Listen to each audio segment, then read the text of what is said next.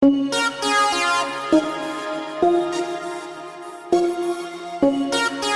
everyone, welcome back to my YouTube page, and today we've got a special guest, a really good friend of mine. This is Robin to us, to all his friends, but he's got another name. What's your name? Raoban, which is Robin in Paleo Hebrew. Wonderful. So for us, it's just Rob or Robin. But if you see him on the street, use his government name, okay? Anyway, so we are doing 10 questions. We're doing a book review, but we're just making it a little bit different, where I'm going to ask Robin what he's been reading. Because it's nice to see what other people read and not just myself. So anyway, I've got 10 questions on my phone, so I'm going to be looking down on my phone and just asking the questions.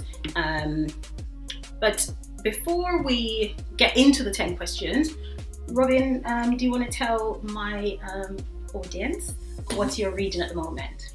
At the moment, I've been reading 2 books in particular. One is by Harold Bloom, which is Jesus and Yahweh. And the other one is by, I think, Miranda Kaufman, if my memory serves me correct.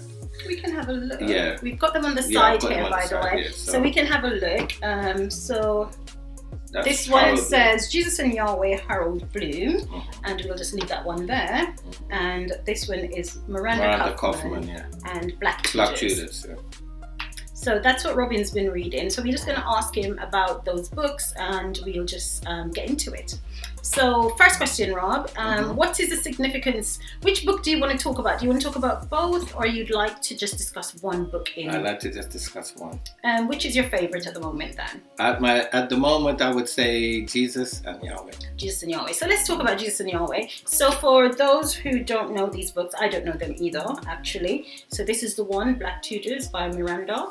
So that's the one. We're not going to talk about this one today. We're going to talk about the other one. So I'm going to put this one to the side, and we are going to talk about this one, Jesus and Yahweh, because that's his favorite read at the moment. So, okay. This is a really interesting title, actually, Jesus and Yahweh. From my knowledge, Jesus is the Son and Yahweh is the God. Is the Father of the Son. Is that right? It's right, yeah. Is that the significance of the title?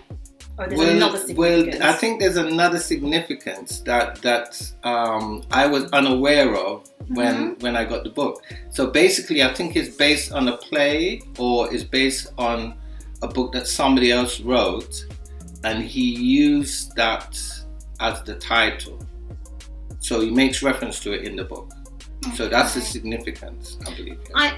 It says Jesus and Yahweh, but if you look at the book at the bottom, it says the name's divine, actually. Does that have something, is that part of the title as well? Well, yes, because the name Jesus and the name Yahweh are held up as the divine names of the deity that most Christians call God. Okay, so did you think the Jesus and Yahweh, the name's divine, is a fitting title for the book then, based on what's written in the book? No. No? Well, no, why not? I understand why Harold Bloom used the title, but I don't think it is, because it's somewhat misleading. The title of the book? The divine names, because I think if you look at the back of the book, you realize that it's actually a character analysis. Okay. Should I read the back? Because I always read the back on this channel. Yeah, so I will read the back for the audience. It's not in there, it says a brilliant, provocative character study of Jesus and Yahweh. So it says here, brilliant and provocative character study of Jesus and Yahweh that will challenge the way we understand our cultural heritage. Now, that stands out to me, because when it says our cultural heritage, does that mean everybody on the planet, or just a certain people on the planet? To be quite honest, I don't know if I can be frank. Can I be frank? Please be frank. Right. So what it's referring to is for Jewish, by Jewish, and of Jewish. Okay, I understand. So it's referring to Jewish people. Because the name Yahweh is a Jewish title, no? No? The name Yahweh is never used by Jewish people because they see the name as divine. So they say Hashem. Okay. So it's more certain Christian denominations would use it Yahweh. Yeah. So that means it's not fitting, and you've explained to us it's because the name Yahweh is actually divine and it's not the same. Kind of. Okay, you're keeping that one close to your chest. So we're going to move on to question number 2. As I said, I'm going to be looking down on my phone. What were the main themes of the book? Now, that's an interesting question. You might have a few themes. Just choose the most important ones. I think the most important theme was mentioned in the back cover, which is a character analysis, but also there was a sub-theme going on in the book, which is an analysis of different religions and the way that they view the names. So that was taking place within the book too. Okay, so do you think the sub-theme was running side by side with the main theme of the book? It was. Okay, do you want to tell us what the sub-theme...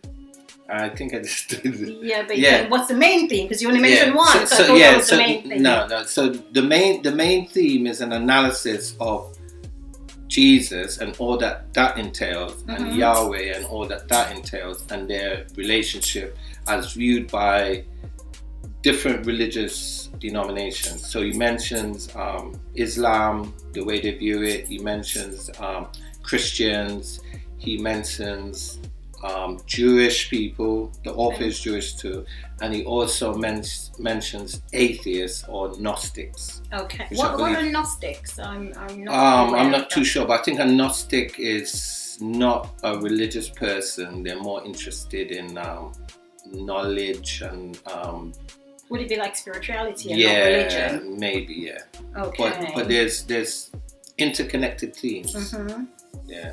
Okay, so in terms of how the themes were brought to life, were they done in the form of a story, or was it more like a historical?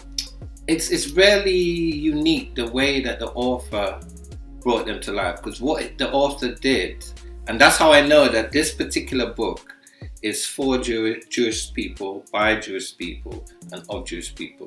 Because what he did, he used different authors and books that they wrote, and then he juxtaposed them with other authors and books that they wrote, all of whom, it just so happened, were Jewish. Okay. So if a reader was reading this book and they weren't familiar with these different books, it's good in one sense, because now they have books that they can reference and gain a broader understanding.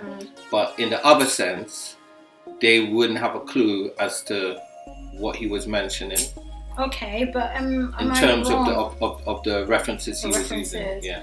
Am I wrong in thinking Jesus was a Jewish person anyway? You are wrong, because Jesus was not Jewish. Well, that's part of the counter argument he's making too. I see. So he explains Jewish like as a human, as a man. Sorry, he explains Jesus as a human being, as a man, as a historical figure. Then he juxtaposes that with the deified or the idolized Jesus, which in particular he mentions America. The American form of Christianity has created a kind of subculture or sub-form of Jesus worship. And then he juxtaposes that with the Jewish interpretation. I see. Yeah. So that's really the sub-theme of the book. Yeah. I see. Okay, let's go on to question 3.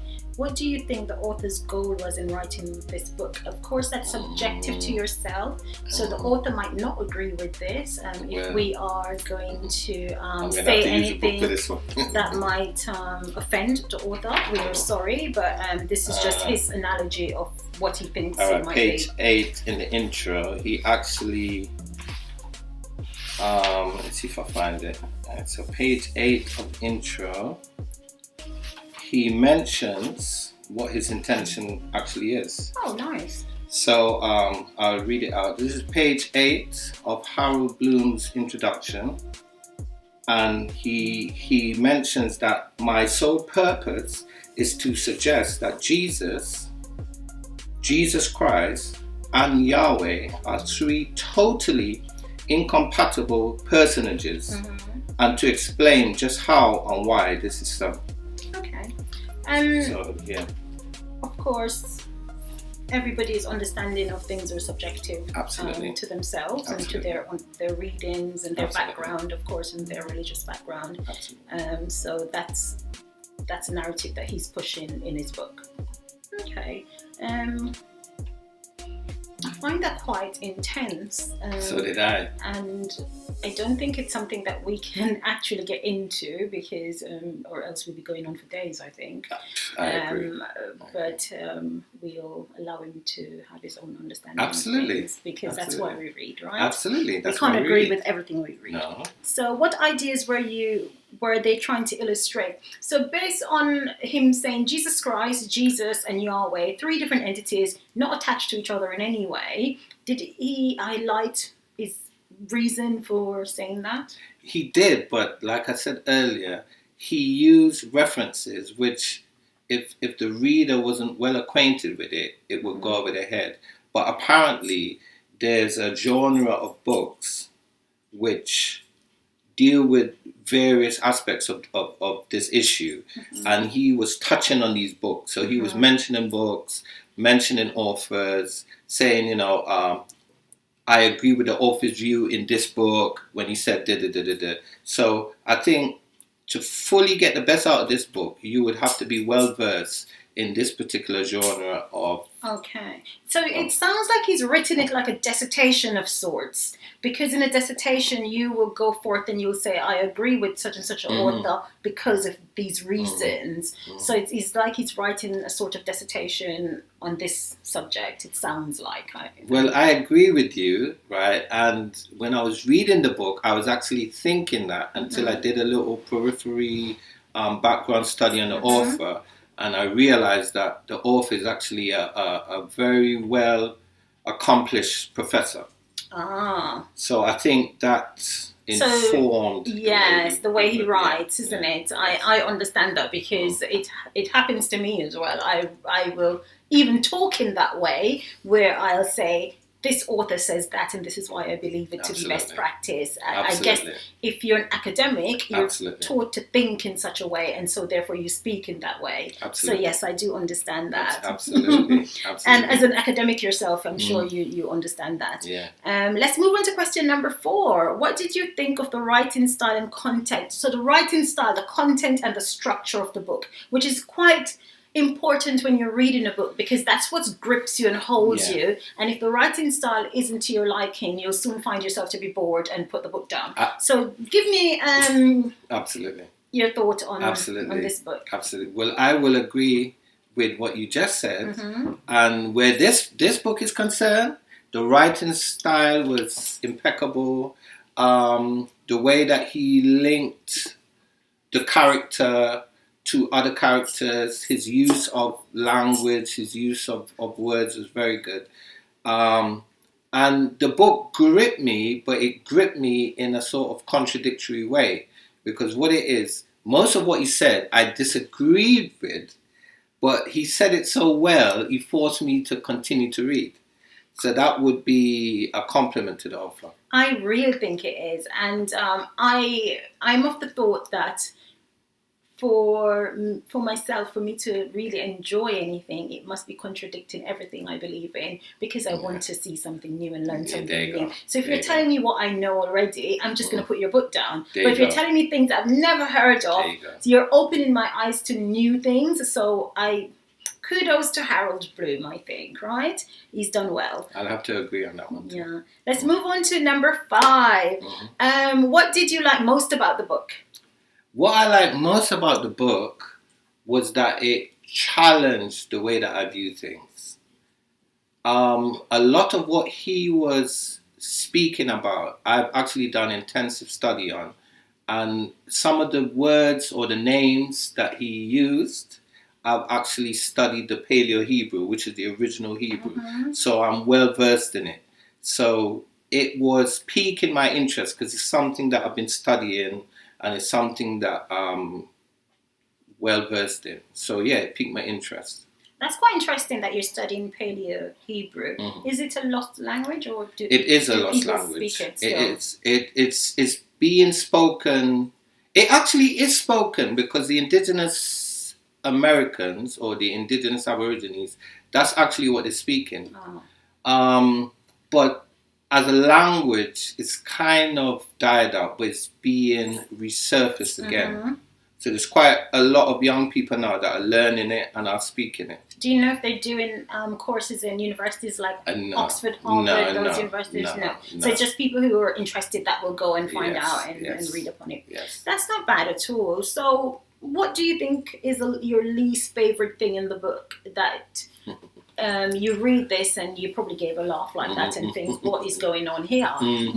Well, my least favorite thing about the book is also the thing that I liked about the book, and that it challenged me. But my least favorite thing about the book was that I find it a bit misleading, because anybody that studies ancient languages, especially in the area what they call the Fertile Crescent, which is the Babylon, what we now call the Middle East, Israel, which is on the continent, the Northeast Africa is on the continental shelf of Africa, Egypt, even Kush, they didn't have a vowel system. Yeah, that's number one. Number two, the letter J is a modern construct. So the letter J has only been around for 600 or 700 years. So this is well known. Anybody that studies languages would know this. So that's why I find that a bit misleading, because this information is known. But do you think he's doing that because he's writing for people like me who didn't know that? No. So you've just dropped some knowledge on me, and I had no clue. And if you'd put something there, and I'd be like, what is he talking about? But he's used Jesus and everybody knows what that is. So do you think he's done that to pull the audience in because he didn't want them to be confused? No. And you notice I said no more than one. And the reason why I say no is because, number one, any professor or any educator would have the skill set or the knowledge of transferring information. So they would not transfer information that is incorrect, and if they did, they would correct it. So knowingly transferring incorrect information and being a sterling professor leads me to believe that he's misdirecting. That's number one. And number two, because the audience is specifically a Jewish audience, therefore Jewish people on the whole would understand what he's saying and they would get the message, whereas somebody like myself or yourself may not. So that's why I think he used the language that's best suited for his particular audience, which I believe would be. I think I like that about it. Yeah, I liked it too. I like when my authors speak to me as an individual, and if he's writing and speaking to the people who he's written the book for, and they'll understand the context of it, I think he's done well. Absolutely. But if anyone's watching this video and they know Mr. Blue, he can leave a comment down below. Absolutely. And we'll be happy and by the way, I enjoyed the book. I'm still reading it, so I enjoyed the book. And I marked it up too. Yes, I did see that. I was going to show that actually. There's quite a few markings in the book. Just look at the front of the book alone. He's written all sorts. That's the Paleo Hebrew, by the way. So Paleo Hebrew and more and more and more. So yeah, I can see that he's enjoyed the book. Number 6. Are there any books that you can compare this book to? That's why I bought the other book. Okay, so you can compare it to Black Tudors. Yes. That one. Right. These are both Jewish authors. Kaufman's is a Jewish man, absolutely. right? Okay, so they're understanding each other's language then, basically. Okay. Number 7. How did the book make you feel? What emotions did it evoke? Did it evoke, oh yes, I enjoyed this, or was it It evoked a challenging and also an appreciation of somebody's knowledge and understanding and effort to put out a book. So I appreciate the work that was put in to write that book, and I appreciate the skill in which it was written, but at the same time, it challenged me because what I know, and what I've studied, a lot of it contradicts it.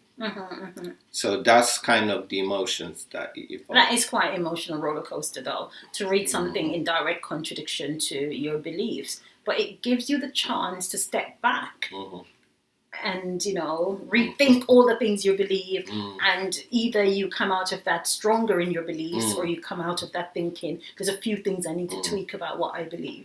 Well, just to add to what you just said, what I believe is not based on belief. It's based on facts or what I have studied to show to show that it's correct. So when I was younger, I believed what I was taught. I believed what the pastors or the priest told me. I believed what my teachers told me. I even believed what my parents told me. But as an adult, I've studied things for myself. So my knowledge base is based on what I know or I can prove to be correct. So it's not so much belief based, although I must say though it is contingent on belief. I must say that everybody's truth is different. Absolutely. And that's something that we should encourage, because if everybody's truth is the same, then humanity will all be the same. And we enjoy and celebrate differences, don't Absolutely. we? So what would be my truth might not be your truth, but we come together Absolutely. and we enjoy each other's truth, Absolutely. right? So Absolutely. We are not saying that Mr. Bloom or Miss Kaufman doesn't have the truth. We're saying that Robin's truth is different from theirs. In a nutshell, absolutely. So question number 8. I really want to hear the answer to this one. Would you recommend it to a friend? This book, yes, I would. This book, I would recommend it to a friend. However, I would have to, how to put it? I would have to explain certain things before, because if I didn't explain certain things before, I would be co-signing everything in the book as correct, and it's not. So I would recommend people to read it, especially people that are interested. So it's not according to yourself, though, because you might recommend this book to someone who thinks everything in the book is correct and agrees with everything in the book. No. A person could agree with whatever they want to agree with. It's not my role as an educator or as a human being to tell people what to think or tell people what they should or should not do. But in the same instance, if I'm going to recommend anything to anyone, and there's what you can call ambiguities or conflicts of interest, it would be a requirement for me as a human being or the person that I am to inform them of such. I think we'll disagree on that point. And the reason why I'll disagree with you is I wouldn't recommend a book to anyone personal and tell them to look out for these shortfalls. I would allow them to find and then the have a conversation after. And then have a conversation after. Yeah, I would probably work. hand the book and say, this is a really good read. Have a read and tell me what you think. That's what I'm of the mind frame of that. But then, as I say, we're all different flowers in the same garden. So it's good when we shine in different ways, right? Okay, number 9. So we're getting to the end. Number 9. What scene would you point out as the pivotal moment in the narrative? So, when did you see the narrative change and develop and grab your interest or not? Lose your interest? Well, there's no pivotal scene per se, because the author sets out in the introduction, which I read out, what his intention was, right? But so reading through the book, what he demonstrated was his ability to connect concepts with different concepts, to bring certain points to the fore to illustrate what his intention was, which he laid out. So he was honest in his intention. And there were certain aspects of the book where he almost went into a character analysis of religion itself. Hence, I think it's written like a dissertation. Yeah. Because the way you are describing it, you're describing it how, when you're doing research, you set out your research question, you explain why you're going to do this research, you're explaining what you might gain from this research or what you're hoping to gain from the research, but at the end of it, you might not agree, or you agree, or you whatever. may not have even arrived at your destination. Yeah. So I really think, and as you say, he's a Sterling professor, so I think he probably reads a lot of dissertations, right? He probably reads a lot of dissertations, and I think the way he set out everything, it sounds like a dissertation. And by the way, can I just add, he's a well-published author too, so I've heard his name. Yeah, but he's got more than 20 books, or could be I've even heard 40 the name, books. or seen the name, maybe more than heard it. Okay, so final question. What, if any, questions do you still have regarding this book? What question is left unanswered? I can't answer it in that format, because for me, because I have been doing a lot of study around this particular subject, it's not more so what questions haven't been answered. It's more like, why did he ask the question, or why did he ask the question in that way? So it's not so much, it's like what we were saying earlier, it's not that you set out a dissertation and you arrive at a conclusion. It's more like enjoying the journey for me. Did you enjoy the journey? Yeah. I didn't agree with all of the journey or most of it, but I enjoyed it. It's alright. It's like watching a film and you're not on the side of the good guy. You're like, root for the bad guy. Well, I'm usually not in favor of the good guy anyway. So, okay, now to wrap up this, I want you to read a favorite bit of the book, maybe 2 or 3 lines. Okay. So I think so that would be page 130. Page 130. Now, before you read it, why did you choose that? I don't know. Why does what about it that gripped you? So when I'm doing my reviews, and if I'm reading a book to review, and I come across something that makes me laugh, something that stands out just in the way they say it, what is it that made you think this is what I would read? Let me find it first, and then I'll tell you. Because there's definitely a reason why I chose that. But when I find it, I'll tell you. So let me see, 28, 29, right, 130. Oh, okay. So the reason I have it written now. Oh, great. So the reason why I'm going to quote this, and I noted it down, is because, in my opinion, in my biased opinion, it's the truest statement that he made in the book. Oh, okay. Right. So from my perspective, so I'm not saying that it is, I'm just saying from my perspective. So I'm going to read it now. He came not to abolish, but to fulfill the law. So the reason why that is my favorite quote is because it's also one of my favorite quotes from the Bible, because most people believe that the laws are done away with. But this quote actually validates the fact that it's not. So that's why. So that's what piques your interest, because it's a Bible verse. Yeah. And who said that in the Bible, by the way? Jesus did. Okay. Jesus or Jesus Christ? Yahweh. He's made a distinction. His name is Yahweh, but it would be, according to common knowledge, it would be Jesus. Okay. That, Okay, wonderful. So, I thought that was quite interesting. Now, before we wrap up, what I'd like you to do I'd like you to sell me this book. Sell me this book. You? Yes. So I've come to your bookshop and I've said to you, I'm looking for something different to read, and you're recommending this book. How would you recommend it to me? I think I'd recommend it to you. If I was going to recommend it, I would recommend it to you as a book that is well written, that is well referenced, that challenges the way that you would view religions per se. And whether you agree with it or not, you will read it. Okay, so that's how I would sell it to you. I think that's a really good selling point. So it's challenging and well written. So if you haven't read it, have a read of Harold Bloom's book, Jesus and Yahweh.